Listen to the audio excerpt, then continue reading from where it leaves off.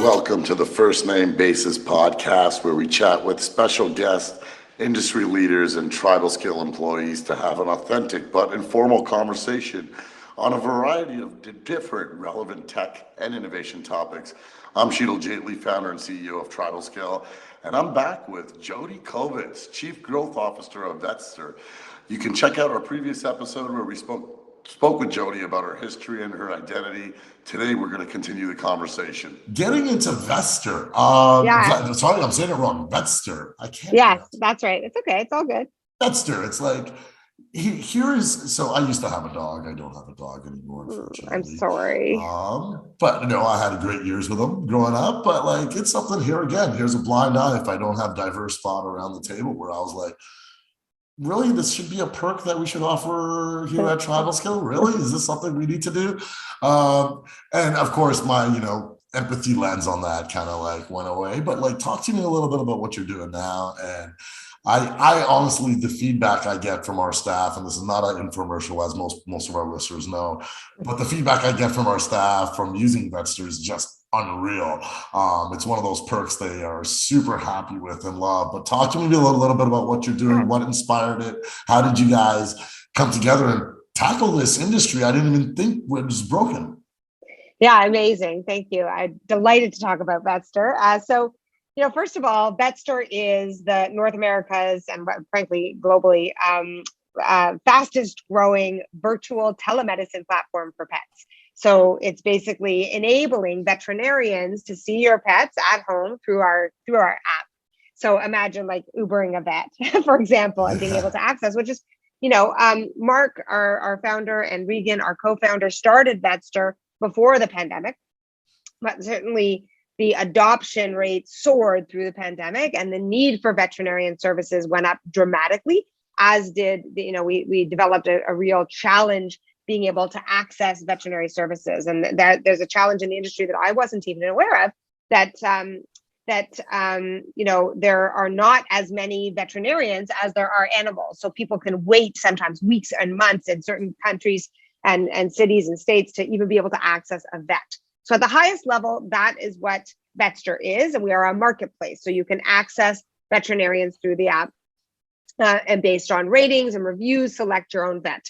When I joined, I, of course, was thinking about the talent war, which is what is top of mind for me as I, bring my former move the dial work lens to the table. And I thought, hey, why don't we create an employee perk that really is aimed at enabling employers like TribalScale to offer really progressive optional perks. And this has become, outside of just what Vetster does, but the need to provide optional perks and benefits that really meet the needs of folks and their varying intersections of identity. So what many people identify as pet parents, over 70% of people in North America have pets now, right? Many more people have pets than have kids. We just did this incredibly powerful recent survey that showed specifically even younger folks have pets where they don't have kids, and pets are their kids. They're identifying, right. That way. So what we wanted to do is enable employers to really show their pet parent employees that they care about them, that they're valued, their furry friends are a part of the family, and provide access to medical care for those pet parents through work. So that's what Vetster for Work does.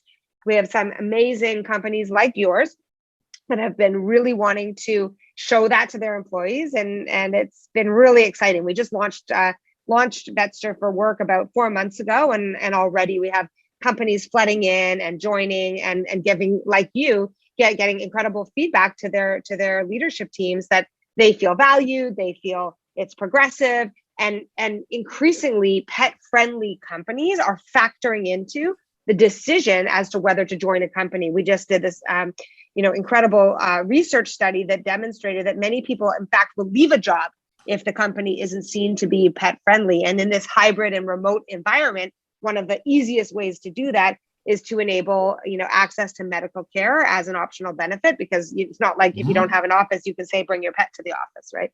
Right.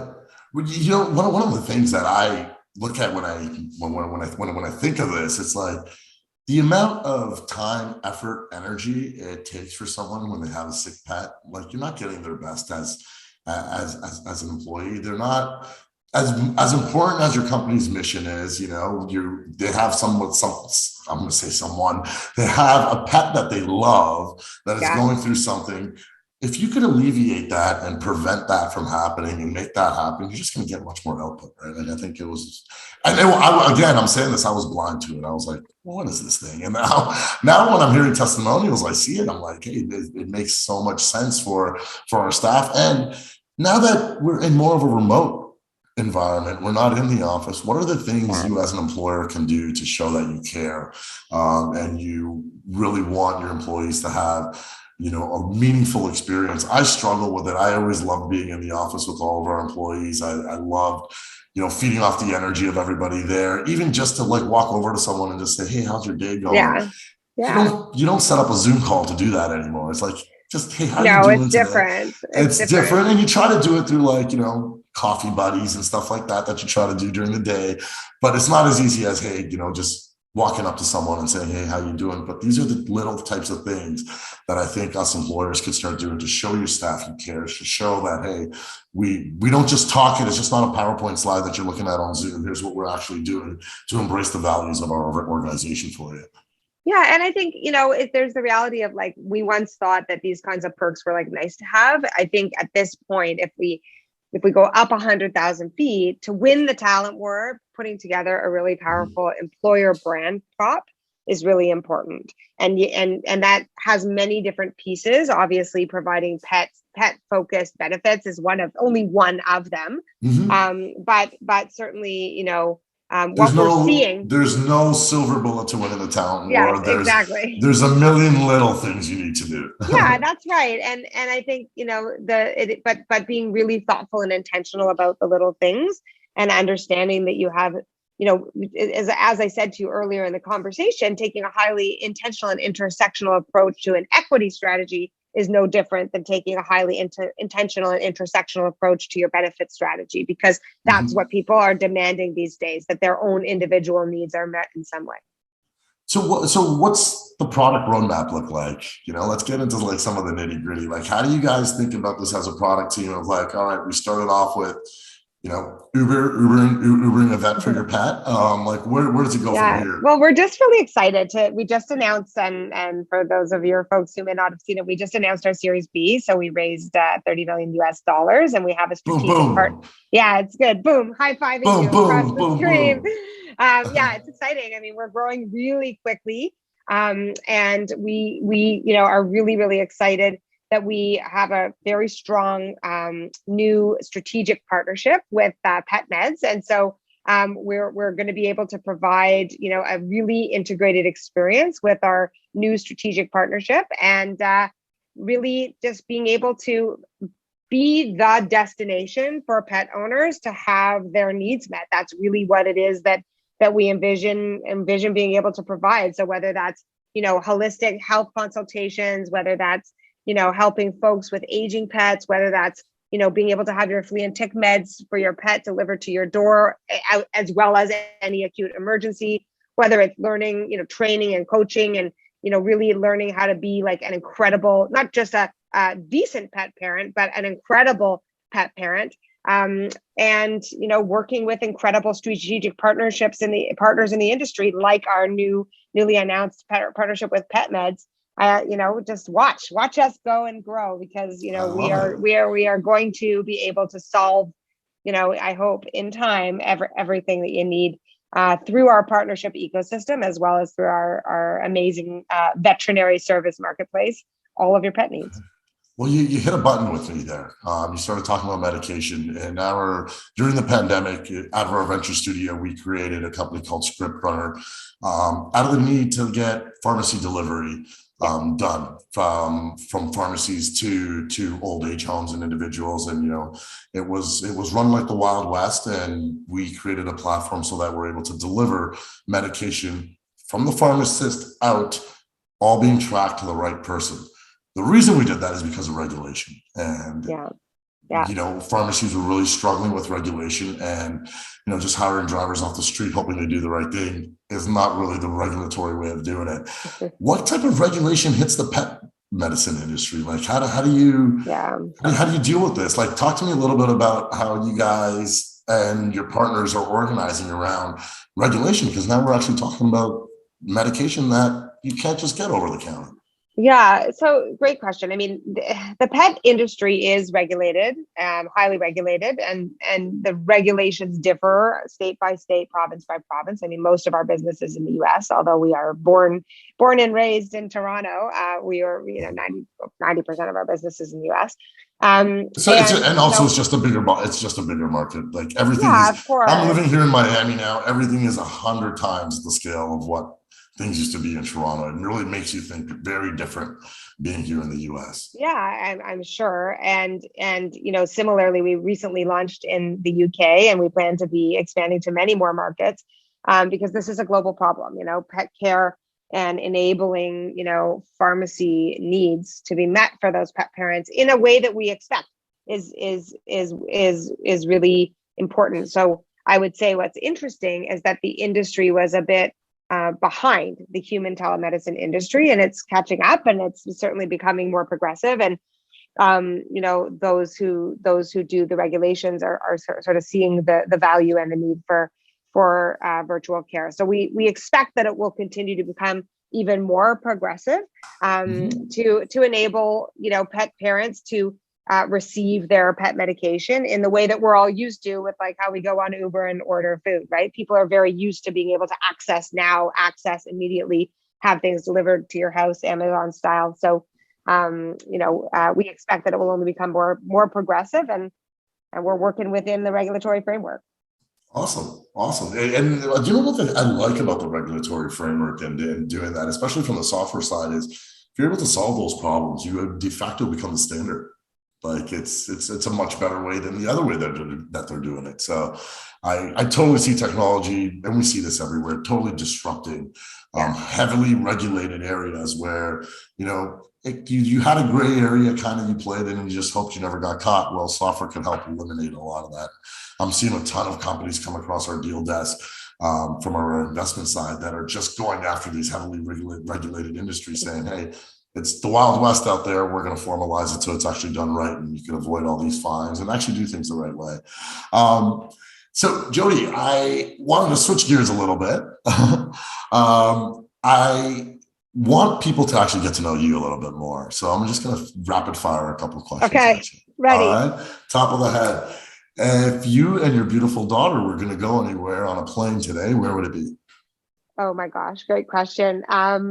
So she is really interested in going someplace where there's no cars. So we are in the midst of researching islands all over the world where you're not allowed to have vehicles.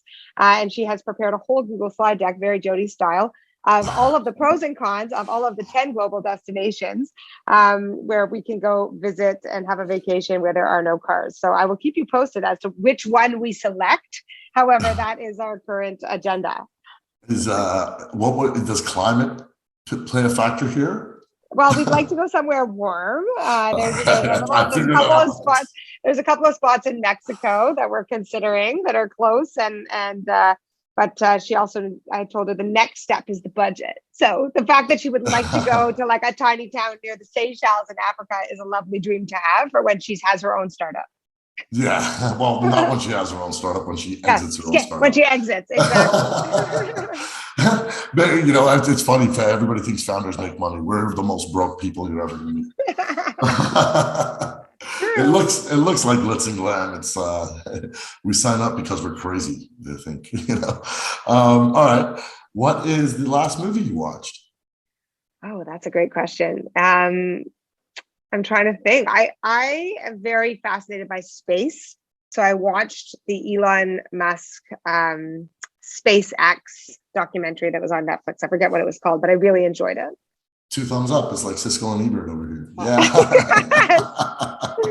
I loved it. I'm so fascinated that he actually was able to all the debacle was going on with Twitter, but I was watching about space because I'm fascinated by it. All right. I want some FOMO since I haven't been back to Toronto in a while. What's your favorite restaurant these days?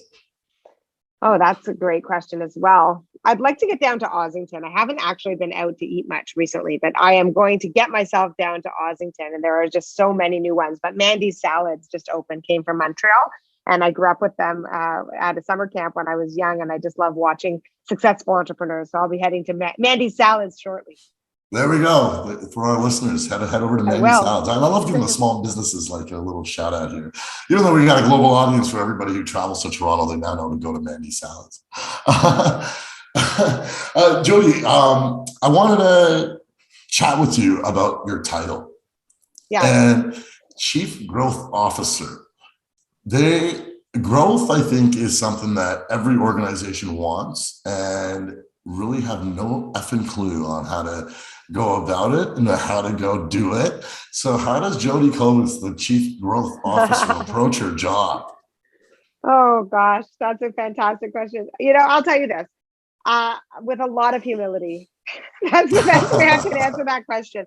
We're trying to hack growth just like everybody else. And I feel really proud of the entire team at Vetster, because it's certainly not up to me. It might be up to me to come up with some ideas and strategies and drive some execution, but it's really the team who's doing an incredible job. And I think, it's really what I've come to learn in my almost year at this job, and I think I've done growth before, but perhaps with a different title. Sure. Is that you got to just have some hypotheses, and you have to be able to bet on those hypotheses and test different strategies in a controlled way, and really be critical with yourself in terms of what you are gaining as feedback from the market, and be willing to pivot. So we've pivoted, a couple times when we had to change a pricing strategy or had to change a little bit of a communication strategy, because we're listening and watching and willing to do that. I hope everybody heard that. Like,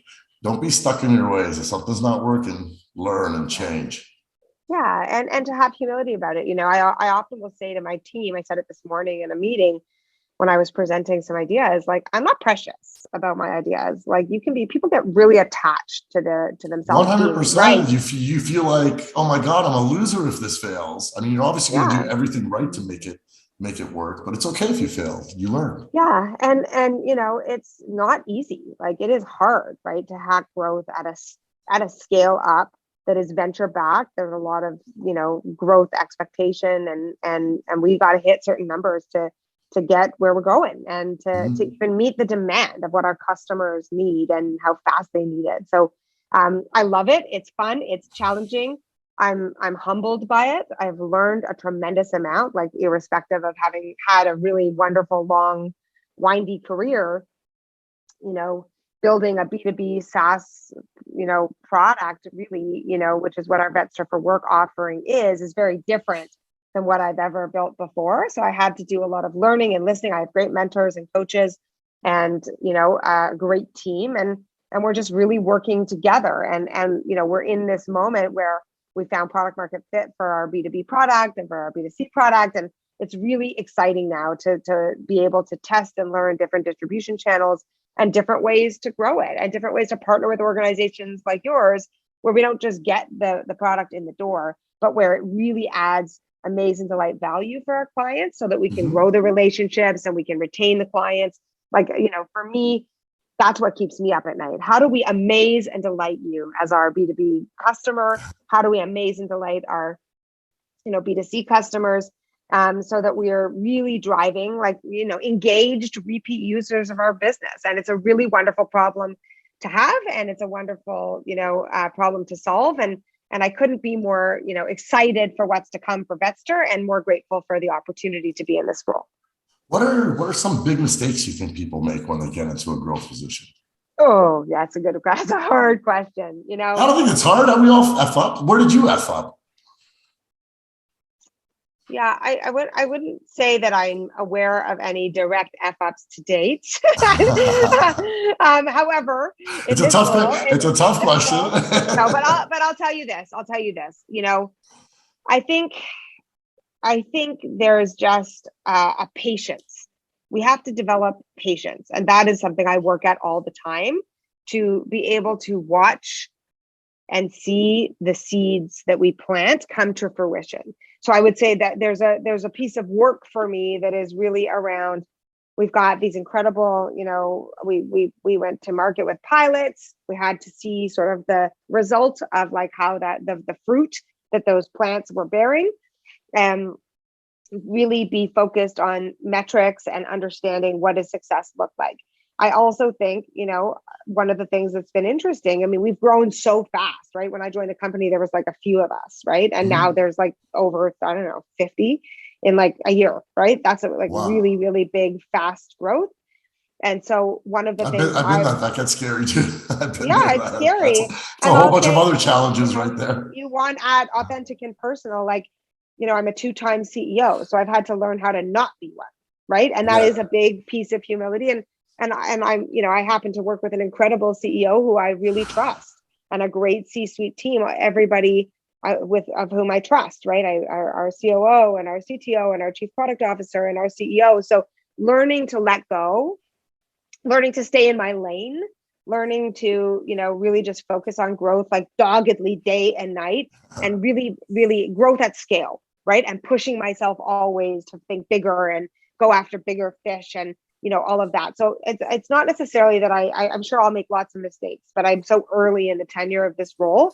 I think it's more about what I'm really trying to be mindful of, what I'm trying to learn, and the muscles that I'm building to make sure that we can be successful through the growth lens, but that I also like really have, continue to, because I've had to learn this lesson a few times in my life, make sure that I don't bring any ego to this role, and that I'm really, really open to the fact that like I have a responsibility, and it's very narrow and it's very focused, and I'm focused on that only. And that's great. I love it. I don't complain about that for a moment, but it's been a great personal learning for me. It's not to say I don't know that I'll never, do my own thing again one day, but I am so happy at this company and so excited about this role, and feel so grateful not only for the opportunity to learn these skills and grow this company and grow like fast and hard, and and really be a scale up, which is so exciting and so few people ever have the opportunity to do, right? It's a real blessing to be at this stage. It's a huge hurdle that you guys, that this team has gotten past.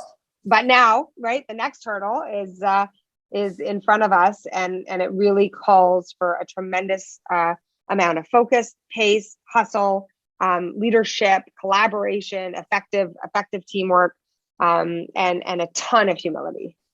You know what really is crazy is you use the word patience, and it's, here we are, we're a scale up, everything's go. We got a Series B, venture backed, and the VCs are saying, go faster.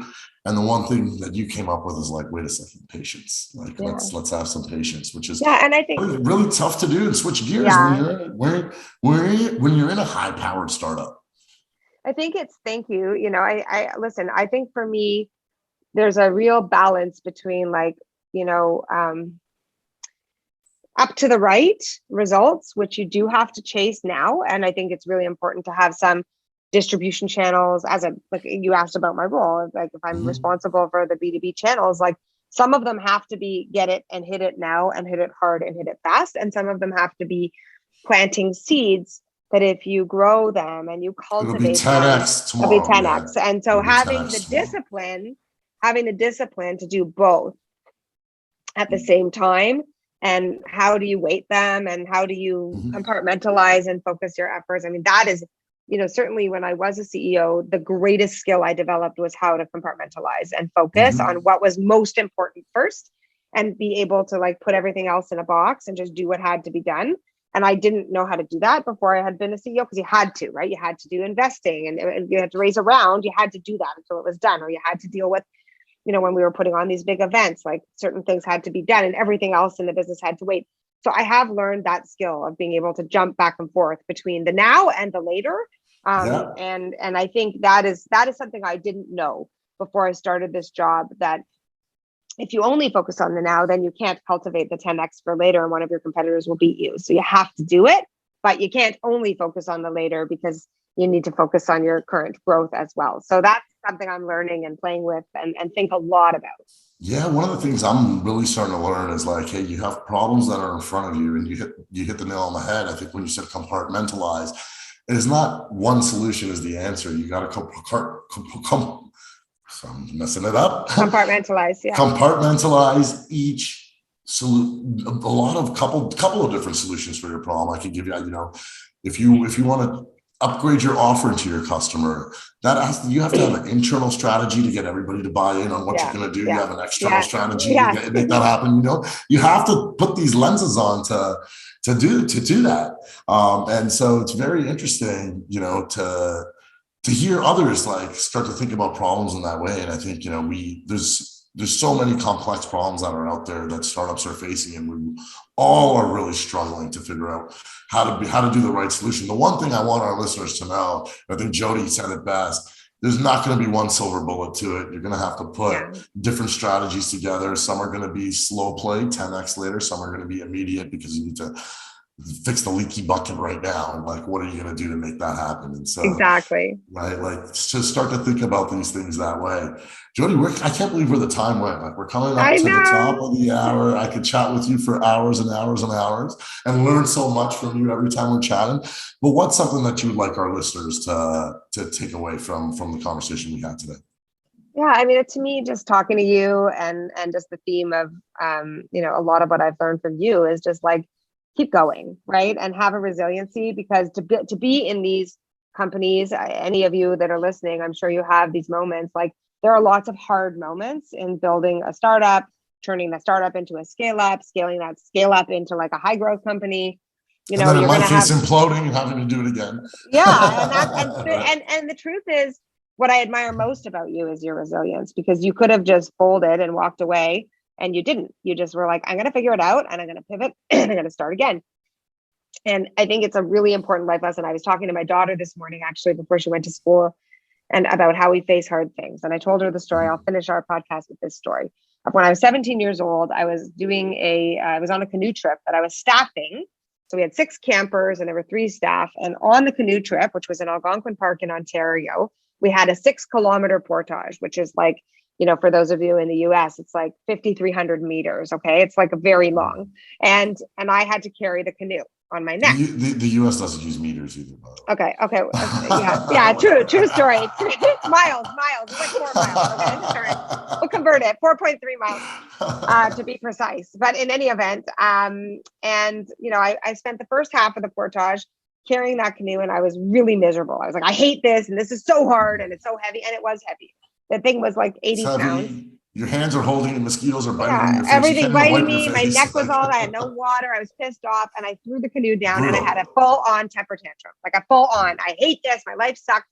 And then I just sat there and I said to my daughter, like, when you're having a hard moment, nobody's going to save you, right? But what if I just sat there? Nobody was going to come. I would starve. I'd get eaten by a bear. I had to make a choice to shift my mindset into becoming resilient and strong. And telling myself I could. And I threw the thing back on my back and I walked the rest of the way without stopping. Every step, I just said, I think I can. And you know what? I did. And so that to me is like what you emulate, what you have shown me and inspired me in doing hard things when you rebuilt TribalScale. And now you have this amazing team and they love our product. And you're my first customer again, right? It's like full circle, as you were supporting me with Move the Dial initially. And the truth is, like, we can do hard things. So I think drawing that, inspiration, and I didn't make up that line, we can do hard things. I believe it was Brene Brown who said it. But I'm really inspired by it. And I really believe that we always have a choice around whether we bring our positive mindset and our can-do attitude, and that we cannot ever be successful without that attitude. So I admire you, Sheetal. I'm grateful for you having me here. I'm so glad you were able to come on. Love sharing the energy with you.